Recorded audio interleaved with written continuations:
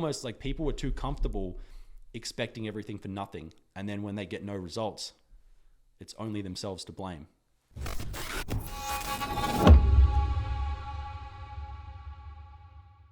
Eli Dangerfield, my brother. Thanks so much for coming onto the show, man. Thank you so much for having me, Corey. It's good to be here, my bro. Oh man, for everyone listening, we're gonna try as best as we can to help blow some of your minds. Dude, what is something recently that you've learned which has been like super powerful or just been like...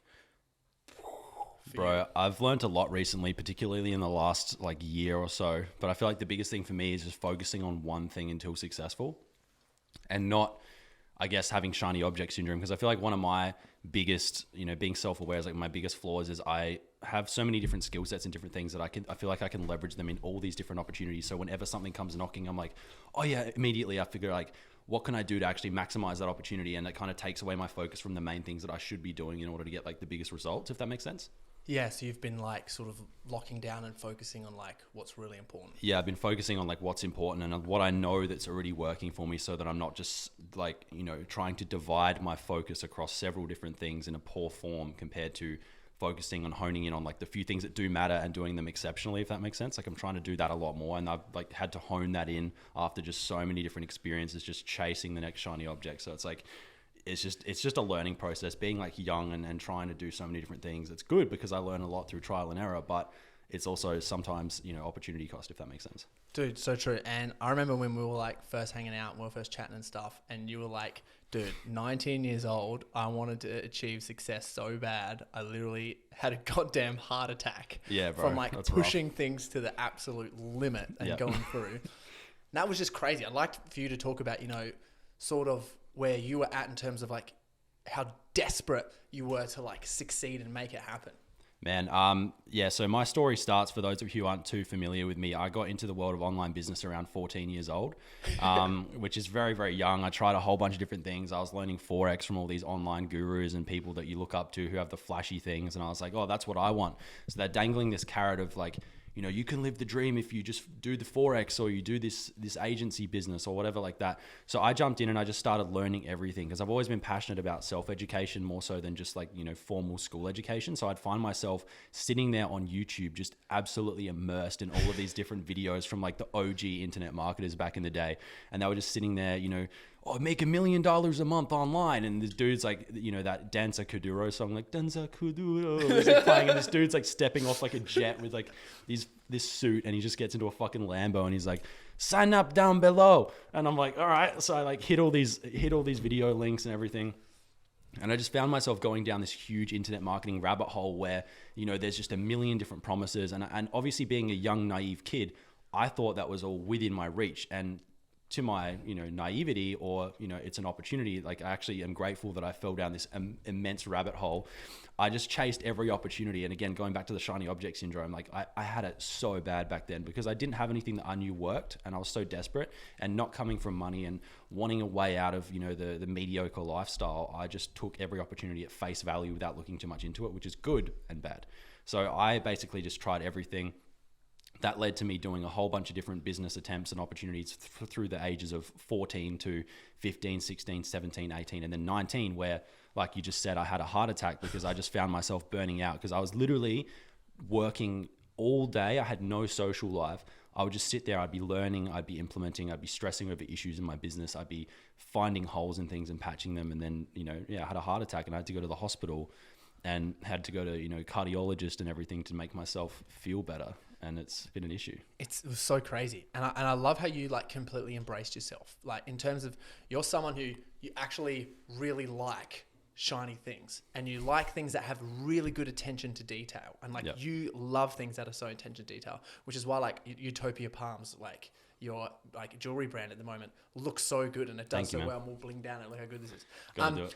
But yeah, you pay so much attention to all these little things in terms of like what you want to do and make happen. And you just like, was like, I want to have that nice lifestyle. Yeah. I want to have the nice things. I'm going to do like whatever it takes to sort of get there. And like you did. Quite and like literally. the amount of meditations, the amount of mindset stuff, like abundance meditation had just been like, for you when you manifest, like you said, you get in your car and you just picture it being a Lamborghini. Bro. It was like a Suzuki or some shit. No, it's like a Mitsubishi Pajero and I get in and it's like this beat ass like car steering wheel. And I look down and I'm like, ooh, this Mercedes steering wheel is very nice. Like I'd pretend that, the paddle shifters on the car, I'd pretend that those were there and I'm like, and like I would do that, and then eventually I got like I think I was 20 or so, 20 when I bought my first Mercedes, which was pretty silly. I had like less than 100 grand in cash, and I just splurged like 43,000 on this car just because I was like, oh yeah, like. But you're 20, like. Yeah, I just had no idea. I was like, making some money, and I just decided to do it and treat myself because I never like had a nice thing, and I'd worked so hard, and I'd had a fucking heart attack to try and put myself in the position to do those, like enjoy my life. And I thought at that point that it was like materialism was the way of measuring success. Because again, when I was 14, that's how I was introduced to the world, right? But it's only when I just started having enough money to have whatever I wanted, and I could buy Lambos, I could buy houses, I could do whatever with my money, that I realized that that's not really what makes you happy. It's about doing the shit that you're like good at and doing and being exceptional at it. And that's what I've been really trying to focus on with myself. And like, you've been a huge help in me accomplishing that, bro. So thank you. But honing in on my skills, and I feel like a lot of my skills now are like branding, creativity, and just marketing things in a cool, different way that people aren't doing. And that's why I feel like I have the results that most people don't get. Yeah. I remember you said, like, when we were first doing something, and we were talking about some stuff, you were like, I'm selling a lifestyle. I'm not like selling the things, like this is the lifestyle. And if you're someone who, is like me, or like all these people that want to live this lifestyle, like this is it, and you can get it, which makes people obviously have to crush so many different like limiting beliefs of stuff. So many. Like so many. And like you've crushed so many limiting beliefs. We've had chats like recently. And even remember like at Steamy Saturdays, for everyone's not listening, we used to do this thing where we go to Eli's house every Saturday because he had the penthouse in Glenelg, Adelaide. It was sick, like on this like huge apartment. And he'd have this, it would be freezing, it'd be 4 degrees outside. We'd be in this like spa, which is hot as, and then he had this freezing cold pool, and we just jump back and forth, and we're just like, we're gonna make so much money. And Right, it was sick. But there were so many like limiting beliefs in terms of like asking for money, charging for money, how much are you worth, what can you do, how can you actually do it. I'd love you to speak like for you in terms of like what were some of the biggest like limiting beliefs that you had that you just had to be like, all right, I'm fucking overcoming this. Yeah, bro. Good question. So like, what were the limiting beliefs for me? So one of the biggest limiting beliefs for me that was holding me back a lot of the time was imposter syndrome. So being young and having the skills that I've been honing in, because I used to do professional videography at the age of like 13, 14 as well. Like people were paying me thousands to make videos. I even had a YouTube brand deal when I was making gaming tutorial videos and other things when I was like really young. So I've been acquiring a lot of different skills, and I was very proficient at these skills, and I was working with like big YouTubers and stuff at a very young age as well. And I got all these skills, and I was able to go out there. And then once I started kind of helping other people do what I did, and I felt like I was very well qualified because of my results, my skills, my what I was able to bring to the table, I started just feeling imposter syndrome. So I felt like, oh, am I worthy enough at such a young age of giving advice? Because everyone's like, oh, you're young, what do you know? And I'm like, well, I've actually accomplished more in my 23 short years of my life than most adults ever do in their whole life in respect to the financial element, right? There's a whole bunch of other things that I haven't done yet, but like I feel like I've done very well there. Yeah, which is crazy. And like, so imposter syndrome was like one of them. But in terms of like, because you help a lot, you've helped me overcome a lot of money mindset stuff, and you help other people overcome a lot of money mindset stuff. In terms of like, asking or charging, like, what do you think is like something that you like advice that you usually give to people? Man, when you're like, when it comes to asking for money and getting paid what you deserve and things like that, I feel like you just need to start out. Like if anyone's out there and you want to make money doing something that you love, I feel like the best way is to start at a cheaper price, so undercut people. Go out there and deliver an above average service so that you're actually giving insane value, so that no one can even debate whether or not it's a great purchase for them. You start to get paid, you figure out what's working and what's not for you and your business and the service that you're offering or whatever it is. And then you tweak it and you continually improve it. And then as you start, improving it in your own mind, that kind of imposter syndrome and those limiting beliefs about charging what it is worth can kind of dissipate, because as you increase in competence, so does your confidence. That'll grow, right? Which means you can, cultivate confidence, right? A little plug to Corey's girlfriend, Chloe. But yeah, so I found that once you just become more competent and then you serve more people at a lower price point, then you can start actually charging what you're worth, because you have that confidence in yourself, knowing that, yes, I know what I'm talking about. Yes, I know more than the people I'm helping. And in turn, that's valuable for them because it's saving them time, money, resources, stress, tears, blood, whatever it may be. If you can help people save any of those elements, like, time or money, you are going to get paid for it. Straight up. And I think like cash is accountability. Yep. Like there are so many times where like I've sort of like asked people to jump on the programs, do the things and the value of it. And then like everyone who's like done it for me has been like, for Overcome the Chaos, has been like, that was way more valuable than like 100%. what we paid for it.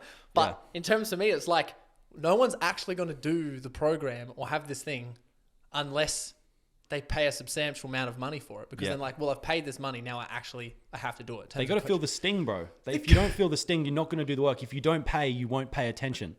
I love that phrase. If you don't pay, you don't pay attention. You have to have skin in the game to take something seriously.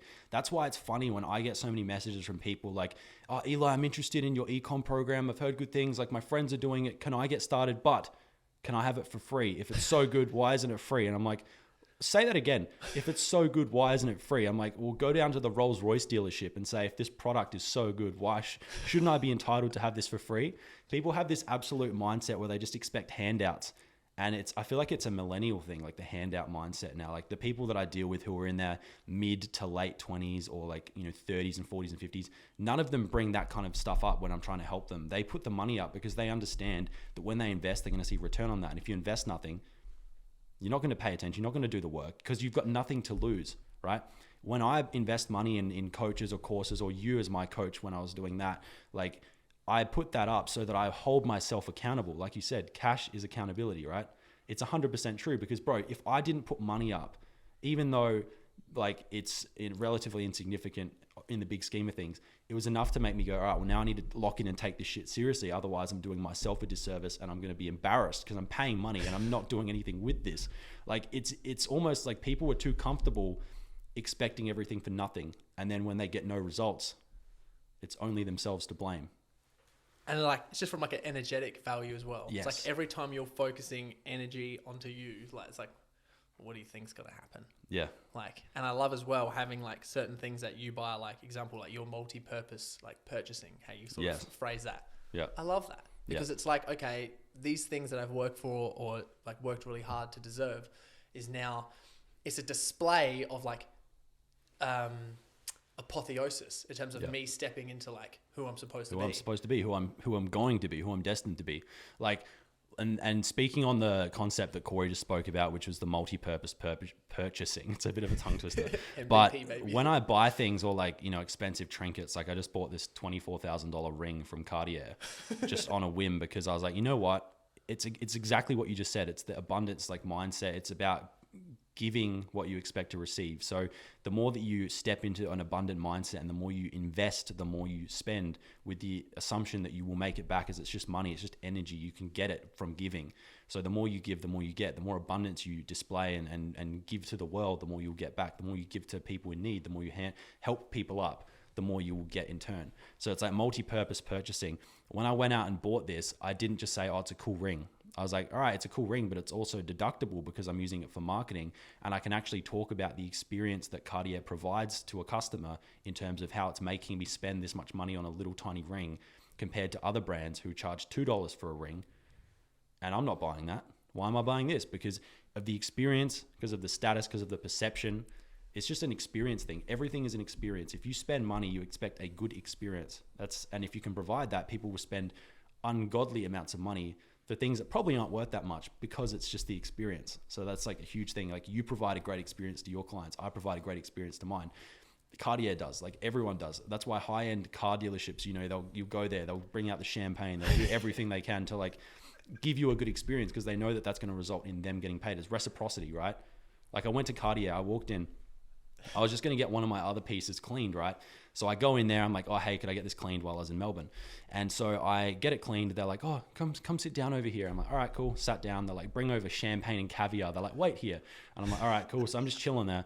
And then they clean my piece and I'm walking out and I see like this ring again. I'm like, oh, like what sizes do you have? And then they ended up having my size for one. So then they just kept bringing over champagne and like just treating me really well. And I'm like, I know what's happening here. I know I'm getting buttered up.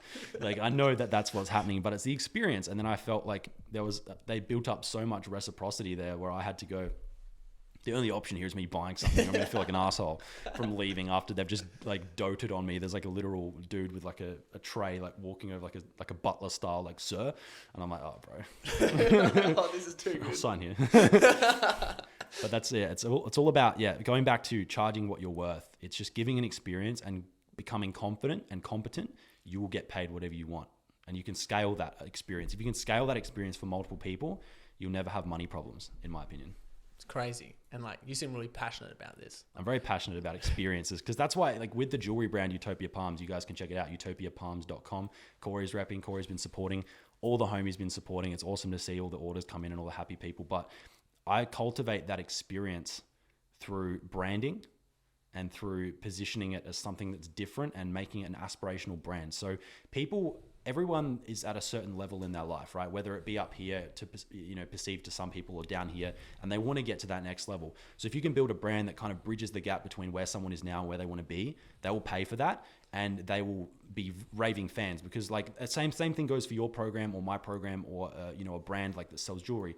It's all about giving someone the transformation, or even the placebo effect that they are making that transformation. It's going to empower them. Like dangling the carrot of like, oh, you're so close, keep going. That's what pushed me to be able to get where I am. It's the constant, like, you're almost there, like keep working. Otherwise, if there's no aspiration, if there's no next level, what are you going to do? You're going to get complacent, you're going to fall off because you're comfortable. Get outside your comfort zone, do something about it, or you're going to sit there just tugging yourself, doing nothing, bored, unfulfilled, depressed. Get out there, get working, just like, it's an adventure. I don't even know what to say. Yeah, it's an adventure. It's a whole process. So it's like being detail oriented, being focused on branding, being focused on experience, I feel like is one of the many things that so many entrepreneurs these days don't focus on. They're focused on the quick buck. They're focused on building something that's short term, and they don't see 6 months, 12 months, a year, 2 years, whatever down the track to be able to focus on the experience and the money that will come via long game. People are too easy to burn customers or burn things quick just in exchange for a bit of money. They don't focus on like the bigger picture and building a really good experience, which is one of my strong suits, I think, and people who know me will probably attest to that. Like building a good experience with details accounted for. It's crazy. And have you ever been burned before?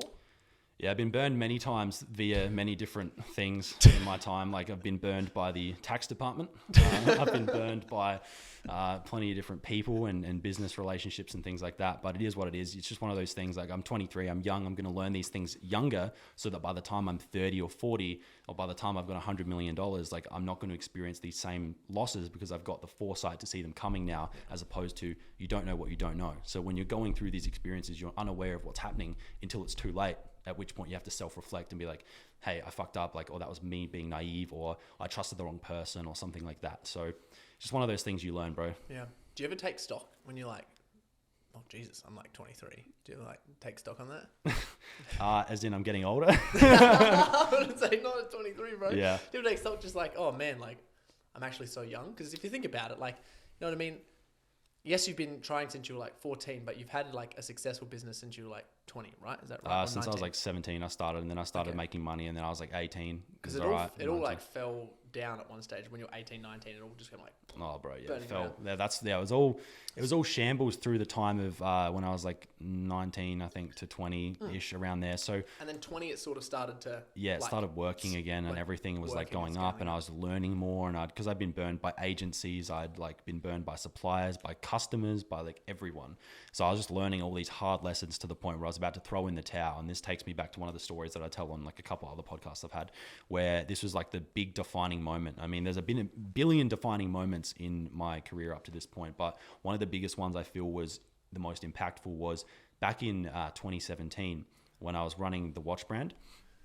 And I was like making sales, but I wasn't like super profitable, and I was continually like trying to grow it. And I was working so hard via like content creation for brands, because I'd do videos and photos. I'd put together packages. I'd be emailing brands trying to get deals. Like I was hustling all day, every day. That's probably why I had the heart attack, bro. That's literally why. I was neglecting myself. The caffeine, just inhaling caffeine like it's going out of business, bro. I had to get every ounce of like fucking caffeine in me. Dude, when we first hung out, we had like 3 short blacks or something. We were like hanging out, we're like, oh yeah, bro, we're beamed out. But yeah, so how are we going? No, we're good. Yeah, good. It's sweet. What was I saying? we were beamed out. Oh, you're beamed out. And back to your story of yeah. So 2017. So I was like trying to run up the watches again. I'd got an agency on board, and I was like, oh yeah, I'm ready to like scale this up and make some money. Like, guys, can you help me? And they're like, yeah, we'll sell you out before Christmas. And I was like, oh fuck yeah, like this is going to be an easy bag. So I just gave them their $4,000 a month retainer up front, which, keep in mind, I wasn't making that much at the moment. I had like, at that point in my bank, I probably had about 12 or so thousand from memory. And I had like a couple invoices from clients that I was trying to chase up. Like I was going through all these hassles. So I paid these guys, and then I started spending like $300 a day on ads. So I was at a $14,000 a month commitment when I didn't even have that much in my bank account. But I took the risk because, again, no risk, no worry. So I had to jump in and just do the work and hustle to basically put money into this thing that ended up being a fire pit. I was losing money on it. And it came to this point where I had about $350 left to my name on Christmas Day, 2017. I was with my ex-girlfriend at the time, and she was just like, why are you so upset? And I was like, well, I've worked all year on this brand and doing like work all day to have $350 to show for it at the end of it all, right? So I was like, I'd canned off this agency. I was sitting there self-reflecting, and I was at a Christmas lunch, and everyone was just, could tell that I was just defeated. I was just, head in hands. Like I was like, what am I going to do, bro? Like I needed to do something. I had this stock here. Like it was just sitting there doing nothing. It was inactive money. So I needed to figure out how to sell this stuff. So after going through my ad account that the agency had been setting up and running for me, I was finding all of these inconsistencies. They were having grammatical errors in my ads. They were having spelling errors. They were having like offers to the wrong link. They were using the wrong images cropped in. I was like, this is appalling. And it's one of those things where like no one cares as much about your business as you do. And I realized that the hard way through naivety there again. So I sat there and I reflected on all of the data. I investigated it all. I figured out what they were doing wrong and what I was doing right before then, because I feel like I had better results before I went to this ad agency. But I did learn a few things about funnel setup through them. So I was like, okay, cool. I've learned some things. I burned some money. I had $350 left in my name. So I launched all these new ad campaigns, and I set the budget, like it was going to go live later that day. So for Boxing Day sales was my plan. And I was sitting there and I was like, all right, cool. And I put my whole daily budget of $350 to the next day. So that was my money. I put my bank account on the line for the one last ditch effort. And I told my ex, I was like, I'm either going to make sales tomorrow and I'll keep this thing going. I keep kicking the can down the road, or I'm going to be broken, destitute, and I'm going to throw in the towel and go get a job at doing telemarketing or something again. I don't know. So I went to sleep after publishing all these new ads and making the offers and the emails ready to go out for the e-com brand. And I'm in bed and cha-ching, a sale goes off. And I'm like, oh, whatever. Because like my ex literally woke me up and was like, oh, a sale. And I'm like, whatever. It's one sale. Like it is what it is. It's not going to keep me, above the poverty line, that one. So then later on, another one goes off, another sale. I'm like, again, whatever. I'd toss over, like go to sleep, wake up in the morning. I'd made like, I think it was like $1,200 in my sleep. And I was like, what the fuck? This is next level. Like I was like, I'd never made that much money in my sleep before. So I woke up to the sales and she's like, oh, that's so good. Are you happy? And I'm like, no, I was actually shitting myself because I thought in my ad account that I'd budgeted like 3,500 for the day, not 350. So I was like, oh shit. Like I was actually terrified. I didn't check my ad account spend the whole day because I was terrified. Knowing, like, bro, I didn't even look at it. I didn't look at it. I refused. Yeah. She was like, later in the day, we'll go on to McDonald's. And that point, like for dinner, I was like, oh, whatever. I'm just like terrified to look. Again, I had no money. I was going to McDonald's for dinner. But that day I made about $7,000. And I ended up checking my ad account spend, and it was less than the $350 for the whole day by that point. And I was like, whoa, like that just absolutely, that was the biggest sign from the universe, bro. Cause I was just having every obstacle. Like I was having to deal with legal things, chasing clients for invoices for the content that they were using. Therefore they loved it and they approved of it, but then they weren't paying. And they were thinking because I'm young, they can just do me over like that. You got to put your whole heart into something. I had really it wasn't as stressful as me for Overcome the Chaos, but I had the same thing. I was like, all right, I've got $3,000 left in my bank account. Yeah. And I was like, I'm going to put $3,000 into ads and hopefully that the buffer of the ads will actually work. And then it's up to me to make it happen. Yeah. And then I did, thank God. And thank you for being the OG client. I got you, bro. Yeah. For anyone listening, Eli was the very first client for Overcome the Chaos that we ever had. That was mad. So a lot of the program and stuff was like obviously made for business owners and entrepreneurs, and it come out of him. So like huge appreciation. Thank you, bro. It's been awesome. And for anyone who also doesn't know you as well, like you're one of like the most kind-hearted, like biggest giving people that would do absolutely anything for anyone. Like especially if they've got like a good attitude and they got big ambitions. Like you push so hard for your friends and you're always encouraging, you're always sending a positive message. I was even saying, I can't remember who was saying to one of our friends that you left the other night. I'm like, every time Eli leaves the house, he always messages us or messages me saying like, it was awesome to see you, love you, bro, like so good. I'm like, I don't know anyone who does that every single time. And I was like, oh, it's just like so special that you have like these like amazing like qualities about yourself. Thank you, bro. And I think it's so much like, because you've just like surrounded like yourself by like awesome people and like those who belong together, like come together. Yep. Hence why like our group's been so nuts, and like so amazing. So I'd like to like for you to just speak on a little bit in terms of like just surrounding yourself with like the good right call. people, bro. Yeah, so thank you for that as well. I appreciate the kind words, and you're one of the few people who will reciprocate that every single time, so thank you. But yeah, in terms of your network, as the saying goes, your network is your net worth, and I fully believe that. And I don't mean net worth just as in financial. I mean in your happiness, in your well-being, your mindfulness, like just your consciousness. All of this stuff is determined by the information that you take in, right? And the information that you take in, a lot of that is determined by the people you have around you. So, you look at people my age, a young dude, their outcome in life is going to be so different depending on who they surround themselves with. Like if I'm in your friendship circle, you best believe I'm pushing you to do something with yourself. And if you're not going to, get to work and follow your dreams, I don't want to be around you, because I don't want to be around people who are just stagnating, who aren't trying. And it doesn't even mean like I want to only be around other like multimillionaires or whatever. I am more than happy. And most of the people I hang around, like the majority, they've achieved less financial success than me, but they've excelled in other areas, which I respect the fuck out of. And I would do anything to make them thrive in their respective areas so that then they can thrive financially, so that then the more abundance we all have, the more we can build, the more we can give, the more impact we can have, and the greater the community around us will be directly and indirectly because of us. So it's like, network is huge. You've built a phenomenal network in such a short period of time, really, from when you started your own business, which is so sick. Like, it's so sick. You should absolutely pat yourself on the back. I feel like you've been such a fantastic connector of people as well, in terms of like, you get me in and then you've got all these other cool people, and watching the whole group that I met with you around, like the people around you. When I first met, I used to go to Corey's and do ice baths on Fridays. It's Frosty Fridays. Yeah, boy. Hashtag Frosty Fridays, and Steamy Saturdays with the boys. But yeah, we'd go there and I'll just meet cool people every time. Like I met, obviously knew Corey, and then I met, Michael Kettle and Glyn and Robbie George and George Bucket. I've just met and Lucas, like everyone. I can't even list all the names off my head. Like there's so many, Brett, like there's so many cool people that were there. And I just meet them and network with them and just try and like help. And then as we started all becoming closer, like I thrived in that environment. I felt like I was able to bring a lot to the table to help and inspire and motivate. And I feel like all of that has come to fruition a year down the road or whatever, or even 2 years now. I'm losing track of time, but it's only been getting a year, old. Shit. Dude, it's only been a year. It's been like, dude, I moved up here in August last year. So it's only been literally a year. Wow. Wow. What? Incredible, bro. What have we been doing? It's been going up. But yeah, like network, bro. If you can just get yourself around that initial circle of people who are ambitious and motivated, it doesn't even mean that everyone's already made it. That's the thing. Like not everyone had made it at that point. They hadn't made what they wanted to achieve done yet. So seeing everyone grow is key. And the reason why you all grew was because you were all there for each other. You all had each other's backs. You all genuinely wanted the best for each other. And that's the type of people that I want to hang around and be around, because I feel that like I bring that to the table, and I know that now. Like everyone who's around me in my circle knows that I am one of the only people that they know that will genuinely just lift them up to every element. And I like, that's one of my favorite qualities that I'm now learning about myself that isn't too common, unfortunately. But that's why people like you helping men become better in all areas of their lives, that's creating people like you've helped to create me into the person that I am as well.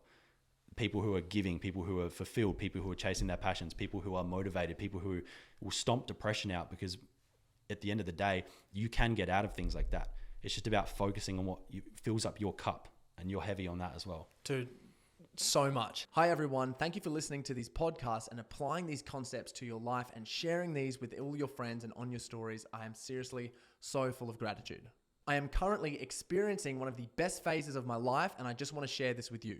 If you know someone, or if you're a man who is at that stage of your life where you're unclear with what to do next and you are self-sacrificing to help everyone else, saying yes to everything, doubting yourself, suffering from imposter syndrome, or you can't find your purpose, so you're constantly distracting yourself with hobbies, working too much, other distractions, or a partner or an ex. We are running a group coaching program for ambitious men called Overcome the Chaos for you, especially if you are someone who wants to network with other professionals, get support, learn the tools, and stop holding yourself back from becoming the best version of yourself. The first half of life, the scariest thing is living at your full potential. The scariest thing at the second half of life is never actually taking the leap. So please send me a message on Instagram saying ready, or apply through my website, CoreyBoutwell.com, and we'll point you in the right direction. I think as well, like people like sort of need to be the person that makes like chasing your dreams come true. Yep. Because like in like my reality, in terms of like in my world that I live in terms of people lifting each other up, I don't have anyone around me that's not lifting me up or each other up. Like, I don't experience a group where everyone's not chasing their true purpose and their true passion in life. It's not an experience to me.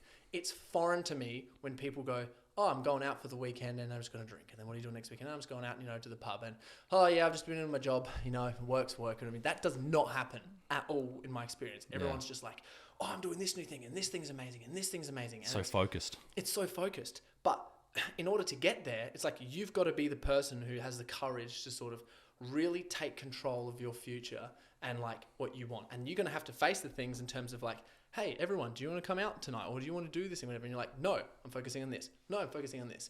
And I'd love to hear you talk about, because man, we've had some crazy experiences. Yeah. Because like the other Friday night, right? We just come here. We just did whiteboards on like business and money mindset. So different to most people's Friday nights where they're getting shit-faced on Coke or whatever, and they sit down and they're ruined for the whole weekend just to start the week again, go to their 9 to 5, clock off, drink beers on the weekend, drink beers, no beers, sit there, do nothing with themselves, and then they complain why things aren't going in their favor in their life, bro. It's all about sacrifice. Like, I sacrificed everything, even my physical health at a young age when I should be in the healthiest condition of my life. I was sacrificing that because I was so focused on building something that I was passionate about. And years later, thankfully, I pushed through that, because I could have easily given up. And my cardiologist was like, yo, don't go exerting yourself. Bro, I was, next day after my cardiologist, I was hiking by myself up Mount Lofty, because I'm like, I'm not going to let this shit keep me down. I was like, I'm going against direction, and I'm going to push myself to prove that I don't have to have a victim mentality mindset where, oh, I can't do this. Oh, I have to be a victim. I have to sit here and suffer. I'm like, fuck that. I'm not going to sit here and suffer. If anyone's going to, fucking suffer, it's not going to be me. That's not me. I'm not going to sit there and become a victim to my circumstances. Fuck that. And it goes back to like you're just saying, how the people around you and, aren't going out there and just binge drinking on the weekends or whatever. And it's not even about the binge drinking on the weekends, because sometimes it's okay to step out and have fun, right? But it's more so the people like that who will do those things and then also complain and whinge and wonder why life isn't working for them in their favor. It's almost a form of escapism, I think, isn't it? It's just them justifying, oh, I've worked hard this week, I'm going to go and enjoy myself. I'm like, you're not really enjoying it though. Like, if you've got nothing to celebrate, don't go out and celebrate like you've just achieved something. If you're just living week to week, suffering through it all and thinking that that's the right thing to do. And like, I did that when I was 18 for a little bit. And then I realized this isn't conducive to me winning and for my future. So I stopped doing that. And then after like hanging around people like you who hold yourself and your discipline and your, alcohol intake and partying to such a, I don't know, you just have insane discipline and willpower, and you just know that that's not going to be the thing that helps you win. It's like, it's kicked that out of me a bit as well. Like, again, being young, I didn't really experience a lot of partying. And I kind of have gone in phases where I've like wanted to do more of that stuff again, but I've decided, nah, that's not me. It's not my purpose. I don't feel enjoyed. Like, bro, I'll be in like a nightclub in the booth on my phone, chatting to like students or friends and like scheming up ideas, like, working on like business, like checking in with suppliers, doing whatever. I'm doing everything but sitting there just drinking, dancing in the club, because I'm just sitting, I'm like, it's not my element, bro. I don't find myself thriving in that environment. Dude, like, it's like I wouldn't say even we do. It's like, in terms of people asking the question, like, well, what do I actually do? What do I do about that? I mean, get yourself a network in terms of actually reach out, because sometimes it's hard. Like, your friends are always there to hang around you and like be friends, especially if you've got a real close friendship group. And it's like awesome. They're always going to serve you for that reason. They're your close friends. But there's nothing wrong with getting some new friends. And then like, we would hang out, bro. We would all sit around a table. This is like grown men trying to figure stuff out. We would all like say our intentions, do like a meditation, like claim our goals, what we've done, what we're moving towards. Like, how insane was that, man? Insane, bro. It's insane. And just to see like when you do find that tribe of people who are aligned, you can sit there around a table and do like a joined meditation. And it's just like when you're a young teenage dude or whatever, and the idea of you and the boys sitting around a table doing something like that, you're like, oh, no, miss me with that. But it's like when you actually know what you want and you know that that is actually a good move, because it is, and it helps you so much. Just get grounded, become present, and then think properly. That's what meditation is. It's about just giving your mind a break from the mundane bullshit that is infiltrating our eyes, ears, everything all day, every day. People just, they don't understand the benefits of it really. And again, going back to how do you get your network, being the example of what you want to attract, like being the dude, like you said, like stepping into the role of being the person you are supposed to be and just owning that and showing up like you're already there, you will attract those people into your network. Like I've got a really good network now of people who are very high above me as well. And you don't get there through doing the shit that you're doing at this level. You have to step up and become that person that's going to attract those people. And if you don't do it, enjoy your current network and it's all on you. People say, oh man, how do I become friends with millionaires and multimillionaires and billionaires, whatever? I'm like, show up and learn how to give some value to that table, and they will invite you to that table all day long because you've got something that they don't. That's the key. Bro, that is like the story of my life. One of the things that sort of come in was like, you know, I grew up with, and I'm sure you can relate to this, you know, you grow up with like this ambition and this passion, like, you know, I'm going to do all these crazy things. I just want this to happen for me. A lot of people just like don't know what it is, which is why we've created Overcome the Chaos, by the way. But in terms of value, I was like, well, where my skill set is like learning philosophy, learning all these different things, all this mindset stuff and all these things, and how to like really work on yourself and find like your true goals. And then like, okay, how to balance that with like your routine and everything else and all the limiting beliefs to overcome that. And it's like, that is so much value to like a whole bunch of people who like really need that. And by doing that and talking to people, it was just like I attracted, for myself, all these successful people just started attracting like, bro, help me out. It's community, bro. It's community. Like even with my e-commerce program and seeing all the people inside of our Facebook mastermind group, all thriving and learning and earning and achieving different things, they wouldn't have had that if they didn't see other people doing it. Like people only know what they're used to seeing around them. So if you're not used to seeing people make a lot of money or make money on the internet or do stuff where they can make money in their sleep, it's so foreign to you that you'll immediately call it a scam or it's too good to be true. People love saying it's too good to be true. And if this was so good, why doesn't everyone do it? I'm like, bro, it just hurts my brain hearing these things because I'm like, bro, you're seeing people win. You're seeing people make money. It's in front of your eyes. It's undeniable. And you're still doubting it. And you work a 9-to-5 job and you're making $600 a week or whatever. And they're doubting someone that's literally showing them making thousands a day. And they're like, oh, if it was that easy, everyone would do it. I'm like, it's not easy. It's a hard grind. But if you want it, it's there for you to take. And all you have to do is take the first step, then the second, then the third, and before you know it, it might not be a week down the track or a month down the track where you hit your financial goals, but it might be a year or 2 or 5 or 10 years down the track if you stay consistent. But guess what? In the age of the internet, if you don't have the results that you want, it's your fault. And you cannot tell me that it's anyone else's fault but yours. So it's crazy when people have victim mentality as to the results that they don't have from putting in the work that they don't put in. Like it makes no sense to me. So it's like, show up, do the work, and you'll get the results. The money's there to be made. You've got that. Like, you will become someone who has a good network when you follow your own purpose and chase your vision. Like if I didn't follow what I loved and my purpose and I stayed just chasing shiny objects, but never honing in and getting really good skills at certain things that other people don't have, I would be of no value to a table of other high net worth or high level producers in any respect, right? That's the same thing as you. You are an absolute machine on philosophy, on mental like development, on self-reflection, on overcoming the chaos and becoming a better you. Like you hone in so hard on that, and you should absolutely pat yourself on the back for the massive work that you've put into studying things. And you don't get paid to study. That's the thing. The thing that you guys have to understand is that Corey learns more than any other human that I know. Like this dude is an absolute weapon at learning and absorbing information. And not only just that, but redefining it and repurposing it and putting it all together into a cohesive, relevant, followable process where you can actually just learn more about yourself very quickly. And that'll allow you to overcome the chaos or overcome all of these mental barriers that are holding you back. And since I met Corey, a lot of my own limiting beliefs have dissipated, and I've stepped into being a more purposeful, fulfilled, driven person. as a result of your learning, which you're not getting paid to learn. You're literally getting paid when someone signs up for your coaching program or for one-on-one or whatever you're offering at the time. That's when you get paid. You're not getting compensated for the hours a day, hours and hours and hours that you put into learning and honing in. And same goes for me. I'm not getting paid for all of the time that I spend doing the work on developing like an e-commerce brand. You only get paid when you bring it to market and you sell it. That's the thing. People always, especially in today's age of TikTok and instant gratification, people want to do no work and get paid straight away. They want to see an immediate return on their results and on their effort and input.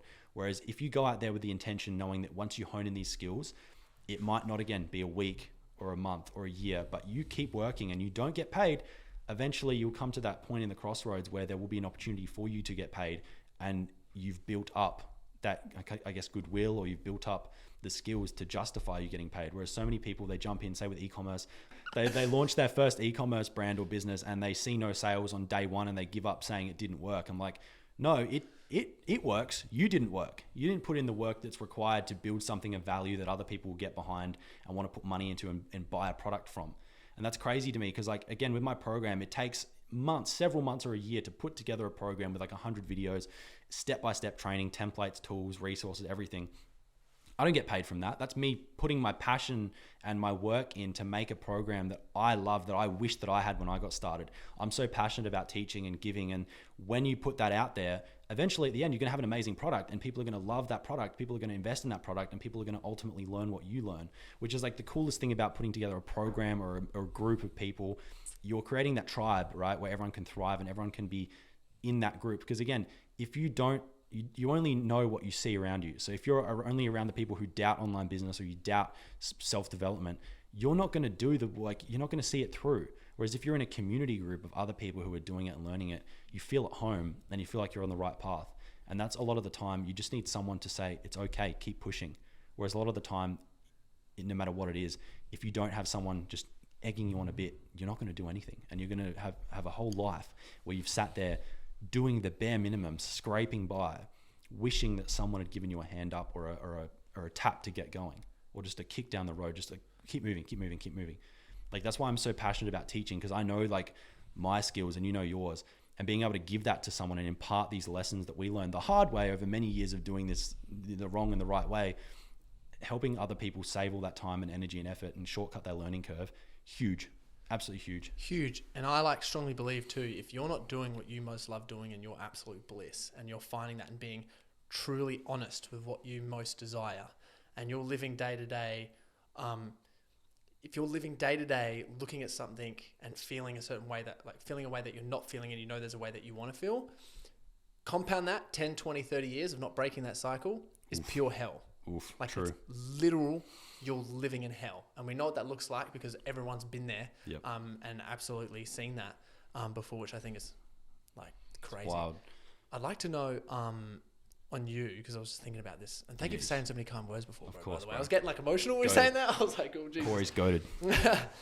And like, that is, bro, when of like, and I would say probably the last year and a half, I would say more for you, is like, when have you felt like most fulfilled, like really like in your core, just like fulfilled? I'd love to hear the story. Probably like this month, bro. Like, and even sitting here at this table today doing the podcast with you, I feel very fulfilled. Like, this is what I feel like it's been. I needed to do this. Because I haven't done a podcast in ages, and I've matured a lot. Obviously, since my last one, I did probably a year and a half, 2 years ago now. I've learned a lot. Like, I've become more fulfilled and passionate and driven and focused now in the last year. And this month, bro, like just having everything going really good, working on all these different new projects and like maintaining my focus on the ones that I am invested in heavily, and then being able to share with people like yourself and whoever's listening to this podcast, who we appreciate, first of all, listening.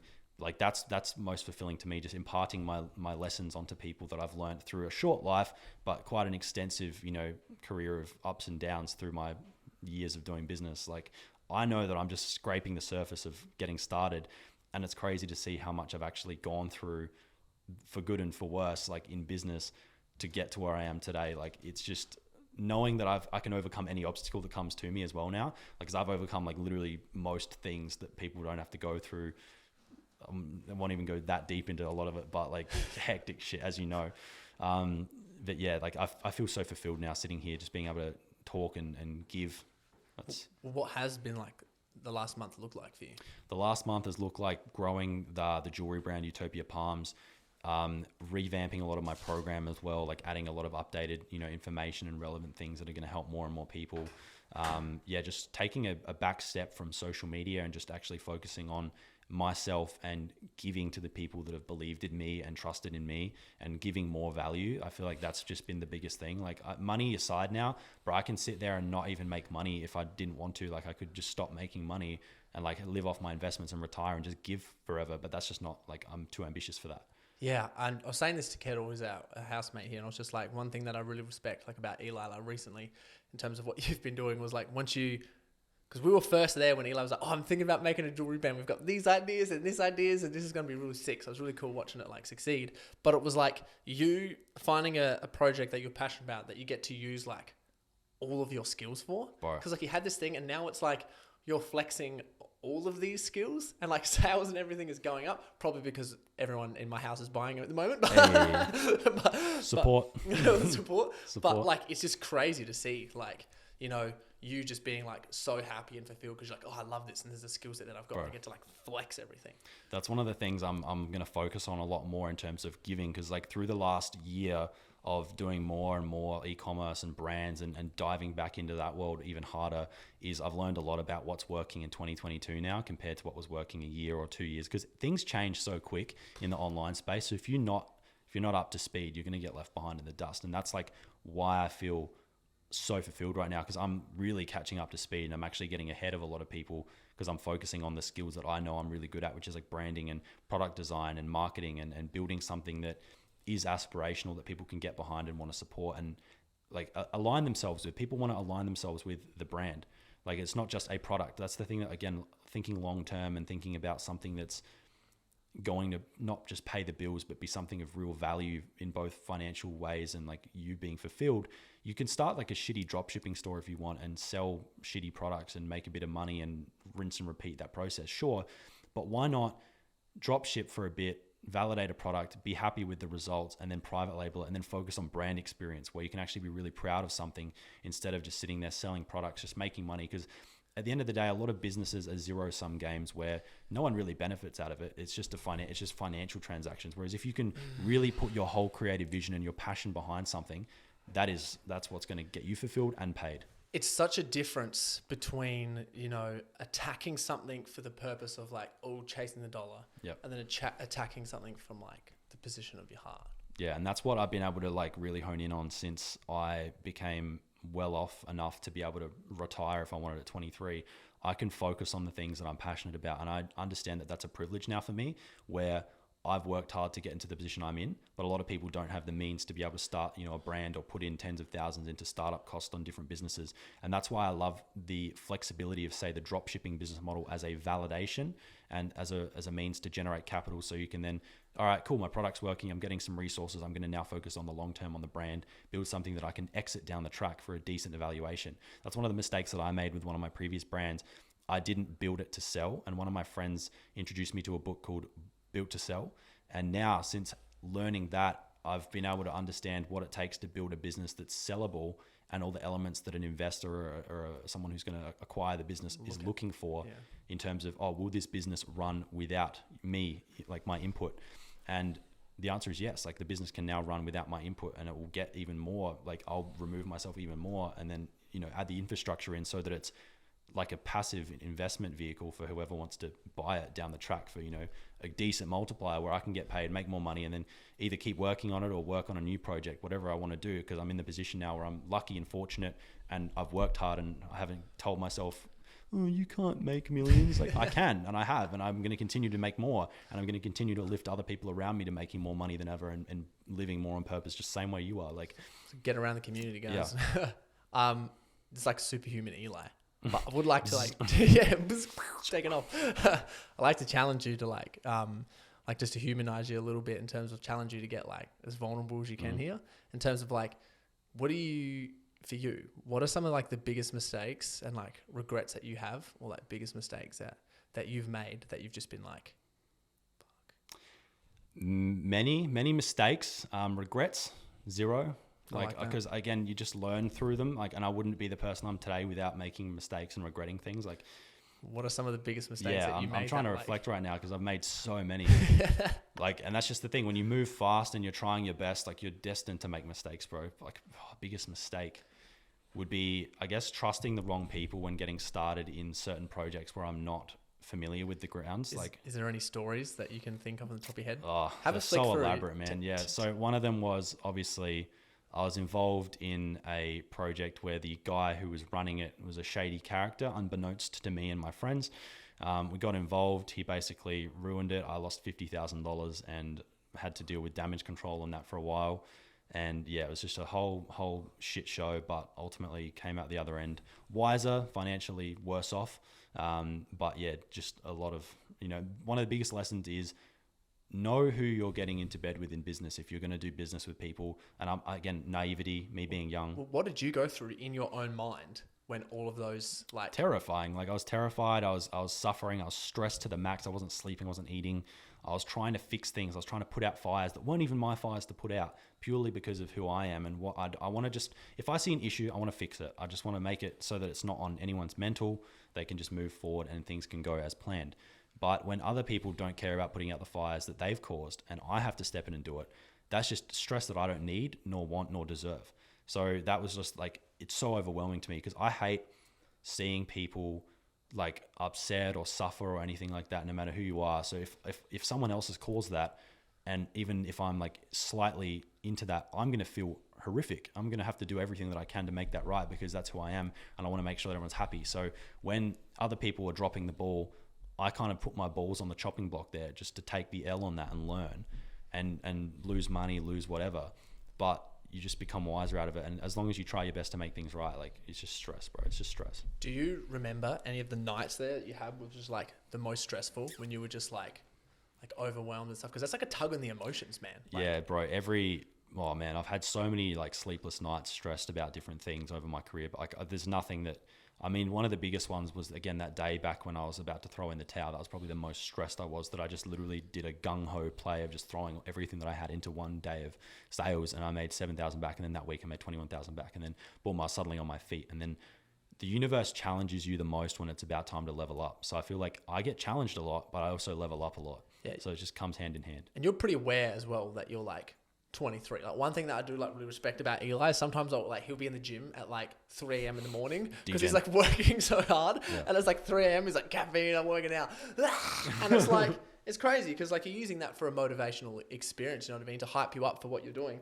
And like we talk about it, and you're like, yeah, but like I'm 23, I can do that right now. Like I've got when I'm 28, maybe not. Yeah, we'll see. But like you can go through and push and do like those crazy things and like really push it to the limit. But man, this is a crazy quote I'd love to share with you. It was like, it's just a little story out of the book, A Pathways to Bliss by Joseph Campbell. And they talk about Maslow's hierarchy of needs. Are you familiar with it? Yes. Yeah, so like for people aren't listening, Maslow's hierarchy of needs is like, it's a theory of motivation. You start at the bottom of the pyramid, you climb way to the top. And basically at the bottom of the pyramid is like, you got like safety needs. Like, do you have a roof over your head? Then physiological needs. Have you got food in your mouth? And then like, have you got like people around you that you can connect with? Because if you don't got people around you, like essentially you like die because it's like you just go insane.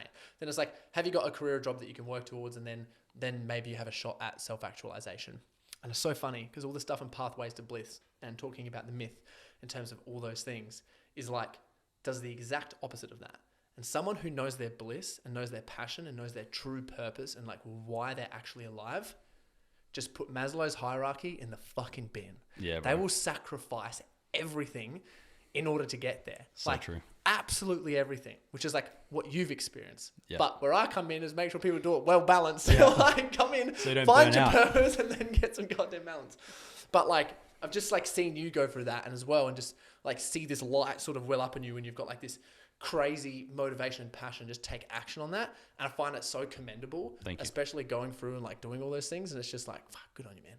Thank you, man. I appreciate that. And like one of the biggest things for me was knowing when to kind of step off the gas a little bit and give a bit of self-reflection time and a bit of self-care, because you will burn out doing those degen 3 a.m. gym sessions every day. Like I burned out a bit, had to step back from that. and then You did just for a short working. period of time. Yeah, yeah, it was good. It was good. Like when I was working in the lab, just I didn't do anything but work and do the gym. Like that's it. And then, and yeah, bro. And another thing that I want to talk about is people who, like you just said, throw their hierarchy of needs in the trash to sacrifice everything to get successful. A lot of the time, you don't have to do that. You really don't. Like, and again, people like me who will do that, who will throw every need that I have besides the need for success or whatever, and whatever it means. Like people who do it in a balanced way, they will probably get there slower, but they'll get there with a lot more intact by the end of it. Like I was in shambles when I got there. Like I had everything that I wanted and more, but I was like, at what cost? I've now suffered physically and emotionally and everything through it, which is fine. Like where we can grow and adapt. Like it's not permanent. Pain is not permanent. The road to excess, the palace of wisdom, the road of excess leads to the palace of wisdom. Is a quote. So sometimes you just got to push things to the limit to figure out. You don't know what is more than enough. You don't know what is enough until you know what is more than enough. So you push it. And I do think like if you do it the balanced way, it's sort of like it more compounds. It's like a little bit slow first, but then you go. Yeah. Whereas me, I just wanted that like linear day one, just jump straight up. You just wanted to launch, man. I wanted to launch, bro. I wanted to dunk like straight away. How do you like for you? Because like you just get like have these moments of just like especially seeing over the last year of you talking about that experience with that real shady character and getting into things and just being like, fuck, I gotta hold so much space with so many people now, like feeling guilty and embarrassed about it. But like you move forward, you push through, you process that, you got rid of it. But like in that period of time and all the lessons that you learned, it was like you found like a new passion. And then you found this passion that you were like, this is it. And boom, we're going. Like a lot of people I find like that I talk to and get on the phone to all the time, it's like they just haven't got that burning desire inside them. And I always say it's sort of like friction. You got to like your passion and your purpose is like a fire inside you, fire in your soul, and that needs like necessary friction to get there. It's like for you, how did you sort of approach it mentally to be like, this is the passion and this is the purpose. I'm emotionally connected to it. Let's go. Like what's like sort of your process of getting there creatively? Man, so for me, like pressure creates diamonds. So just feeling that pressure on my back of like, I have to do something because if nothing changes, nothing changes. You've heard the quote before, if you know, Einstein's thing, if your definition of insanity is doing the same thing over and over again and expecting different results, all that shit. It's so true. Like I just found myself when I was first getting into this and I first started thriving that like I was struggling to step out of the same thing and expecting the results, whatever. So I had to step into like, oh shit, I'm in the deep end. I was having to do work that I had never done before. But again, how do I motivate myself to get to that point is what you're saying? Like, how do I? Yeah, like, cause I remember like for you, I remember like you had this spreadsheet as well. You had this like this spreadsheet of like your worth. And then to get that fire, I remember you create like a lot of vision boards and you have that. So visualization. And then you find something to like connect to. It's like, what's sort of the process for you? If you're like, oh man, I haven't got like that passion and drive at the moment. I need to put pressure on myself. And then it's like, well, how do you do that? Man, probably the easiest way that you can easily put some pressure on yourself and wake up and be like, shit, is imagine you're in your deathbed and someone, you who you could have been is sitting there standing over you going, you could have been me, but you didn't. And imagine what that character looks like for a second. Imagine you to your max potential standing over you on your deathbed saying, this is what you could have been and you didn't get here and it's your fault. Just let that sink in. Just let that seep through. Your maximum potential, I don't even want to know like what our maximum potential is and what the people listening, what their potential is. And we're not going to find out because you guys aren't going to do the work to get there, are you? Prove me wrong. prove me wrong that you will achieve your maximum potential. But putting pressure on yourself and just feeling absolute stress is probably one of the easiest ways to get out there and do something. Because again, complacency, everyone's happy, scraping by, living week to week. If people can survive, they will survive, but they're not going to go out of their way to thrive. So for me, bro, like just having pressure was the biggest motivating factor. And then applying that pressure into work ethic and grind and focusing on building my skills, which would then lead to business opportunities, which would lead to financial well-being and everything. But yeah, just knowing what you want and going after it. So having a vision board, like you said, manifesting things, visualizing things, going to the Lamborghini dealership late at night, sitting outside and envisioning yourself stepping into that car every morning, like going to get a coffee in it, stepping out, you know, using the keys, parking it at your house. All these little things are going to help you train your mind to act as if you already have these things, and eventually thoughts become things. So if you sit there and you focus on what you want for long enough, you break down all the micro steps to get there, and you do those micro steps and you apply that pressure that you've got on yourself into your work ethic, you will get those goals ticked off, whether it be in a shorter time period than you think, or it may take longer, but you will get there. It's not a matter of if, it's only a matter of when. And for me, I was able to, I said to myself, and I wrote myself a little check when I think I saw that Jim Carrey thing where he writes a check for 10 million, puts it in his wallet, and then next minute he made 10 million off of his movie. So I did the same thing. I wrote myself a check, I think I was like 15 or 16, for $1 million in the year like 2022 or something. Not knowing how I was going to get there, but I put the pressure on myself to say, this is coming true. Ended up making it years earlier than that. But that's crazy to be able to put your intentions out there and just be consistent and know, like, this is my reality. This is coming true. I don't care how I'm going to do it. I'm going to do it. And then through failing, I still didn't lose hope. I still didn't lose sight of that light at the end of the tunnel. And I knew that there was going to be some hardships in getting there. As with anything worthwhile, it's going to come with trials and tribulations. If making money was so easy, everyone would do it. And then what value would it hold? You being able to do the things that other people aren't willing to do is going to get you the results that they don't get. And you get to live a life that they won't because they didn't put the work in. It's that simple. People complain about rich people having a privileged life. It's like, yes, they do have a privileged life in the sense that they can do more things than you. Is that privilege if they've worked hard? Is that privilege? Is showing up every day, putting yourself in the hospital to work and get things done, is that privilege? No, I think it's just hard work. And I understand where privileges, come into play with, I'm not even going to start that topic, but sheesh, it'll piss people off. But yeah, just showing up and doing the work that other people aren't willing to do is going to get you the results they don't have. Like I can't even simplify it more than that. Like just show up, have a vision of what you want, do the work, break it down. If you want a $400,000 Lambo, that's $400,000. If you want to make that in 400 days, you need to make $1,000 a day for those 400 days. What are you going to do to make $1,000? You're going to sell a $100 product 10 times every day. How are you going to do that? What are you going to sell? Who are you going to sell it to?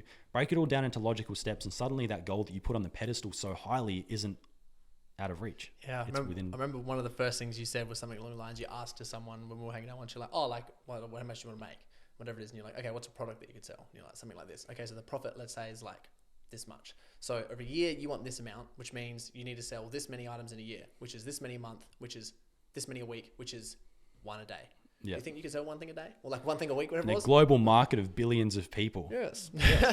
I think the scary part is actually getting vulnerable and claiming your truth for what you most desire. Yeah. I mean, that's the thing we're talking about with potential before, right? In terms of everyone's got this innate potential, and everyone's potential is incredible. And like one of my main purposes is to help people realize their own full potential so that we can like literally change the whole consciousness of the world and have everyone out there crushing it. Because if we all work together, crazy, yes. Right? But like in terms of tribal stuff, if I just like challenge everyone who's listening right now, it's like your most desire of who you want to be. Like just think about it for a second of like the impact you want to have. It may be the money, may not be the money that you want to have, the relationships that you want to have, and all those things that you truly desire, especially if you're a man. Like I find a lot of guys that are like, I actually really just want to have love. Like so many guys find it scary to do that. But in terms of your most potential, whatever the most things that you want, like the most things, tell everyone in your circle exactly what that is. Yep. Because that's like, thinking about that is like, it's scary because then you're like, well, now I have to start moving towards a real me. And it's easier to just shame that off. Otherwise, you'll get embarrassed if you say you're going to do things and you don't do it. Like that's one of the things that, get uncomfortable, get out of your comfort zone. Like one of the biggest instances for me about getting out of my comfort zone was when I was younger. I think I was like 15. I was in high school. I skipped a day of school to sell some SEO services to a local law firm. And so because I was watching this dude called Alex Becker. A lot of people listening may be familiar with him. He's an internet marketer. He used to do SEO training back when I was literally a kid. And he would show you how to start an agency, get clients and outsource the work and do all that. And so I was like really invested in that and I was wanting to do that. So I started a couple brands up from that and I went into the phone directory and Yellow Page and everything. I was looking at all these different businesses and I was like, okay, like if I can sell like a big package to one of these, I'll be like rich in terms of like, I was trying to sell something. I think it was like $16,000 or $20,000 around there. That was the package. And it was for SEO for the law firm. So I cold call. I've got this Alex Becker like script thing, like sitting there. I've got my laptop set up like on the shelf and I've got my little script there and I'm like trembling on my first ever phone call. Bro, imagine how uncomfortable it's being a kid, a little child who's in like year 9, bro, trying to close a $16,000 deal, cold calling law firms, lawyers. So I call up, hey, And I followed the script. It was probably a bit sheepish, but anyway, I got past the gatekeeper, which was the receptionist. I get put onto like the marketing guys, like, yeah, come in for a meeting like Wednesday, like 1 p.m. And so first ever cold call that I did was so out of my comfort zone, but I got the appointment. And after my first call, I wasn't expecting to get an appointment. I was expecting to sit there and dial like for hours trying to get like an appointment to sell to. And so I got the first one and I put my phone down. I'm like, oh shit, now I've got to prepare something for this meeting. What am I going to wear? What am I going to say? What am I going to do? I didn't even think I'd get this far ahead. Like, again, it's just doing the little things that make you uncomfortable. So I sat there and I just wrote out this like huge proposal. I printed it out and I put it in one of those like school book binders, you know, with the little plastic sleeves that you bring to class to show off like a presentation or whatever. So I put it in there. I was like, have my little binder. I'm like, Mum, can we go to Goodwill? I need to buy a suit. So there's me, like a dude just walking into Goodwill, and Mum bought me like a $20 like thrifted suit that was big, like a shitty dress shirt.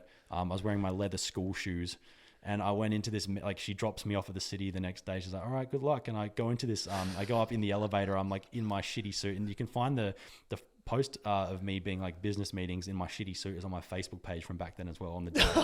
So it's like, it's fucking hilarious to look at. But it's the things that I was doing back then that have helped me to become the person I am now. But I go up in the elevator and I'm like sweating bullets. I'm like, oh shit. Like my mouth is starting to get dry. I was like, I need water. I walk into this like law firm reception area and the lady's like, hello, can I help you? And I'm like, Eli here. She's like, what? Eli here to see. And I said like the lawyer's name or whoever was on the phone. And she's like, oh, she's probably a bit surprised to see a kid in a waiting area for their meeting. And she's like, okay, take a seat. And I'm sitting there waiting for a bit. And she's like, oh, conference room is ready. And she like lets me into this room, and it's a big boardroom. And there's like white beaming LED, like just white lights. And I'm like, oh shit, it's intimidating, like boardroom table. I sit like on one of the corner chairs. All of a sudden, like minutes later, after sitting there, like, oh, getting like, it felt like a police interrogation room, like type of that vibe in there. All of these lawyers walk in, marketing people walk in. There's like the director, like everyone's in this meeting, bro. There's like 6+ people in this meeting. And I'm like, oh shit, like their time, bro, is worth what, $500 an hour times like 6 people. And I sat there for 2 hours with them all. So I spent so much of their time, and they were actually enjoying it and getting the value out of it because I was proposing things that made sense. And they said, oh yeah, we're like looking at getting a new marketing agency on for doing the SEO stuff. And I was like, yeah. So I was going through my proposal. I was like, oh, I got this in the bag because they're trying to find someone else to do it. And I'm sitting here with the solution that I know is working because I've had another couple clients that I'd had through referral. But this was the first one that I was just full cold outreaching. So I sat there and I was like literally dry mouth, just like not knowing how to sell because I had a plan, but the plan went out the window. Like, you know what I mean? Like everyone has a plan until they get punched in the face type of thing. Like that was my equivalent of being punched in the face. Then I was just like, oh, I've never expected to get this far.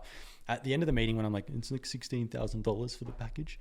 They're like, how old are you? Like one of them was probably like just judging me the whole time. Like, how old is a kid? And I'm like, I'm 16 or whatever. And then, I think I was 15 or 16, one of those two ages, year 9.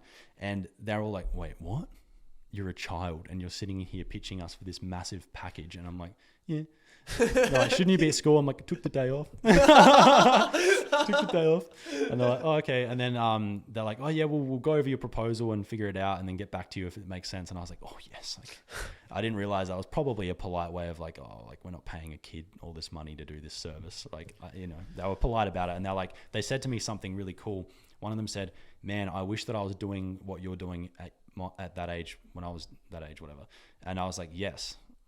Like that shows that I'm on the right path because all these people who are already financially successful and accredited in their field were like wishing that they were doing what I was doing at my age. You had access to a whole bunch of lawyers for 2 hours, man. Going through this big pamphlet thing that I made, like a book, a proposal. What? And I ended up following up over the phone and they ended up just not doing the deal. But like that was the biggest thing and that just sticks in my mind so much for getting out of my comfort zone and doing shit that I know no one wants to cold call. That's one of people's like public speaking and doing things like cold calling is probably like people's biggest fear. So for me to be able to go out there and accomplish what a lot of people's biggest fears are, like public speaking in front of a room full of lawyers as a child, trying to sell them something that like most people don't find themselves in that position. And that's why I find myself in my position now because I'm doing the things that other people would not do. Even though I got told no, some people would give up. No, I kept going and I got other clients and I was managing people's clients on SEO and Google AdWords. And I was doing that business as a young child as well. And then I stopped doing that because I like ran out of clients because Google started like helping people with that directly. So they basically just undercut me and ran me out of business. And I was like, okay. Damn you, Bro, Google. I was taking client phone calls during lunchtime, like in the public areas of like the schoolyard and shit. Like I was like, hey man, like, hello sir, your ads are performing well this month. You are getting leads every day. Like doing all that, like doing check-ins and shit, like during fucking lunch. You could probably hear like the school bell ring and like some kid be like, oh, let's go to the canteen, like in the background or whatever. Like You're closing deals. yeah, closing deals, bang, another one. But yeah, that's like, it's one of the biggest things, like getting out of your comfort zone. And everyone has to do it, whether you're 15 or 16 or you're 20 or you're 30 or you're 50 years old. If you keep doing the same shit you're always doing, you're going to get the same results, and it's only you to blame. God damn. What would you say to people who are at that stage in their life where they're like ready to invest in themselves, either to take things to the next level, or they've like gone to a position where they're like, that's it, like I'm ready to invest in myself right now? What is something that you would sort of say to them or get them to do to encourage them to move forward? Sure. Well, if you're sick and tired of being sick and tired, that's the first step, right? So if you're sitting there like, oh, okay, I've got a little bit of money to invest. I know that I want more out of my life than I'm currently getting. The only thing stopping you from having the life that you want, if you are ready to take that step, is just pulling the trigger. Just take the step forward. And worst case, it's a learning experience for better or for worse. Invest in yourself no matter what you wanted to learn, whether you want to learn how to run an e-commerce brand or you want to learn how to overcome the chaos and become a better human. Whatever it is, if you do not pay, you won't pay attention. So if you sit on your money thinking, oh, I hope one day I can achieve my dreams, you are going to get what you give. So if you're not giving money, if you're not investing in yourself, who the hell is going to invest in you? There's no chance that anyone would spend money with me if I hadn't spent money on myself and on other people and given back. Like you literally get what you give. So if you're giving to the economy, if you're buying things, if you're investing in other people's visions and brands, you best believe you're going to get it back. And if you sit there hoarding things and holding back and going, no, I shouldn't do that. No, I spoke to my wife and she says that it's a bad idea. It's like, good. Just know that you're not going to take charge of your life ever. And you're going to sit there being a victim. Like investing in yourself, bro, just do it. Just take the step. You sitting there and pondering whether or not to do it for an hour or a day or a week or a year. I have people, bro, who are on the fence about doing e-commerce for 2 years. Then they suddenly message me being like, oh, hey man, it's about time I did it. And they join. And I'm like, bro, if you started 2 years ago when you first messaged me, like other people did, you would have made $1 million or $500,000 or whatever, like other people have done in your exact same position that you were offered 2 years ago. It's like the decisions you make today is what's going to dictate your future 6 months, a year, 2 years down the track, 10 years. Those little things, those 1%ers of you saying yes or no to opportunities is what's going to either propel you or hold you back. If you don't change, you don't change. Yeah. So like the biggest thing is, are you sick and tired of being sick and tired? If you sit there unfulfilled, if you sit there upset, depressed, feeling like you don't have everything in your life that you want, sit there and look in the mirror and say, it's because it's your fault. It's your fault. And the second you accept full responsibility for your life is the second you'll actually do something about it. If you sit there and blame other people, guess what? You're going to blame those other people. What are they going to do to help you? Nothing. You have to help yourself, take responsibility, take ownership. If you fuck things up, admit it, move forward. No one's going to hold it against you. It's learning. Life is learning. You know, just pull the trigger, do more, just do it, Nike, you know what I mean? Just show up and just do it. Like I can't sit here and give you a reasons, like a dot pointed list on why you should invest in yourself. If I have to give any of you who are listening right now a list of why you should invest in yourself, please never message Corey and I. Like don't even try and get help because you are too far gone. Like if I have to reason with you why you should invest in yourself, it's over. It is 100% commitment is a breeze. Yeah, you won't get around the people that matter. Yeah. 100% commitment is a breeze. 99% commitment is a bitch. True. I'm going to jump in So there and true. just fucking commit. You got to go balls deep on every opportunity if you really want to make the most of it. Like just don't half-ass things. Like if you want to focus on becoming a better you, join Corey's program and don't give 99%, give 100%, and you'll be so shocked and surprised at how good the results will be. And they'll be imminent, like they'll be soon. And the compounding effect of all of that work that you're doing now is going to be evident in a year or 2 years, and you will become a better person as a result of that. For everyone who's listening, man, where can they find you? For everyone who's listening, you guys can find me on Instagram at Eli Dangerfield. That's primarily the only social media channel that I use. I occasionally drop like a YouTube video, but it's more just like me just explaining e-commerce in some way or like my story. I've got a really long 2-hour video on YouTube that explains my full story for anyone who wants to listen to like everything, like all the ups and downs of my e-commerce journey, how I was able to get to where I am. Like that's already there and it's in full depth. Like I didn't touch on it super hard here.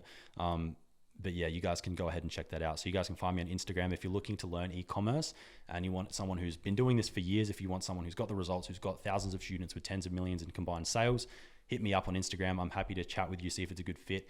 If you're someone who I feel like I can help get into e-commerce and actually do well, and you are driven, you are ambitious, message me. I can help you and hook you up with the same things that we're doing to make money right now as well. But again, I don't want time wasters. I want people who I have to convince into this is a good opportunity, because you either know or you don't know, and you won't care about it. Like, if you understand where the internet is going and it's up, it's always up. The huge expanse of people that you're able to tap into via the internet is crazy. So for you to sit there and say, oh, I don't know if I could make a few $100s a day online and replace my job, it's like, bro, sell a few products a day in a market with billions of people you can tap into on demand with some simple social media ads. You are ridiculous to think you can't make money online. Like, you're making money online. All of our friends are making money online. I don't know anyone who hasn't made like any money online that's in our circles. It's a crazy opportunity, bro. Like, there's like more millions are being made online than ever before. So for you to sit there and doubt it still is really, it's quite silly. Let's be honest.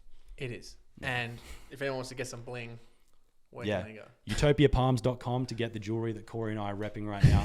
Plenty of different designs and pieces. Everyone's supporting. If you guys mess with the vision, you guys want to follow along, cop, support. And thank you to Corey for having me on today. I appreciate it heaps, bro. All good. And for all the listeners, I like to leave them with like one challenge. In terms of for all the things that we've talked about, I like to give them like a thing to do today, tomorrow, this week, but they like have to damn do it.